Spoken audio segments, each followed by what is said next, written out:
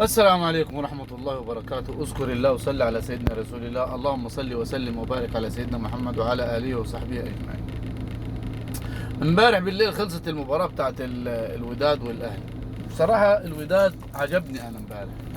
فريق الوداد المغربي امبارح أثبت إنه فريق يعني قوي ويستحق إنه يكون متواجد في النهائي مع الأهلي او صن داونز. بصراحه الثلاث فرق دول يعني هم الاقدر بالنهائي.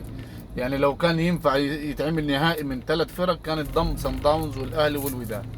امبارح انا عجبني الوداد، فريق متماسك، فريق عنده شخصيه البطل، فريق بطل افريقيا هو حامل اللقب. والاهلي امبارح كان رائع. الاهلي امبارح كان اكثر من رائع بصراحه. والاهلي هي اقوى مباراه يلعبها دي، حتى اقوى من مباراه سان داونز 2 اللي حتى اللي اتهزم فيها 5. المباراه دي اقوى منها. وتكتيكيا من المدربين تكتيك عالي جدا جدا من 2 مدربين فاهمين كوره ولاعبين كوره.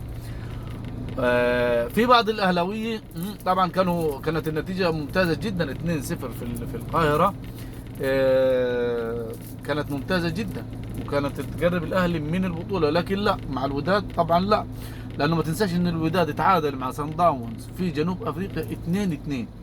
يعني كان يقدر امبارح سان داونز يفوز، يتعادل 2-2، وكان ممكن يفوز 3-2 الوداد. الاهلي كمان كان يقدر انه يفوز 5 امبارح.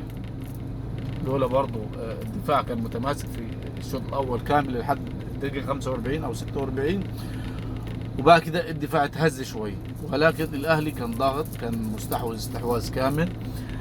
المباراة القادمة في المغرب ان شاء الله هتكون يوم 11، هتكون مباراة برضه خارج التوقعات. يعني لا بتوع الوداد مطمنين ولا بتوع الاهلي مطمنين. يعني شايف انا شوية في تشاؤم شوية من بتوع الاهلي، لانه بتوع يعني جمهور الاهلي ما يحبش يحب الاهلي في التوب ويريح نفسه بدري بدري. ولكن الاهلي، واذكرك انه هو فاز 2-1 على الرجاء السنه دي والسنه اللي فاتت، وراح تعادل معاه في المغرب السنه دي 0-0 والسنه اللي فاتت 1-1. فالاهلي متعود انه يلعب في المغرب، متعود على الضغط الجماهيري. احمد شوبير، مصطفى شوبير امبارح كان رائع رائع جدا جدا. ولكن الشناوي لو جهز في مباراة المغرب افضل الشناوي على مصطفى شوبير، لانه اكثر خبرة برا. يعني اهداء، ارسى، كابتن في الملعب، ما يصحي اللعيبه، ما يفوقهم. اسيست، عنده اسيست تنقص احمد مصطفى شوبير، انه ممكن ينقل لك اللعبه من حارس المرمى للهجوم. فيوم 11 ان شاء الله الاهلي يتوج باللقب، واتوقعها تعادل، او ممكن يفوز الاهلي، ممكن يفوز 1-0 او يتعادل 1-1 او يتعادل 2-2، او يفوز الوداد 2-1 ويفوز الاهلي بضربات الجزاء. خلونا ان شاء الله نصبر، وتحيه لاشقائنا في المغرب، وسلام عليكم.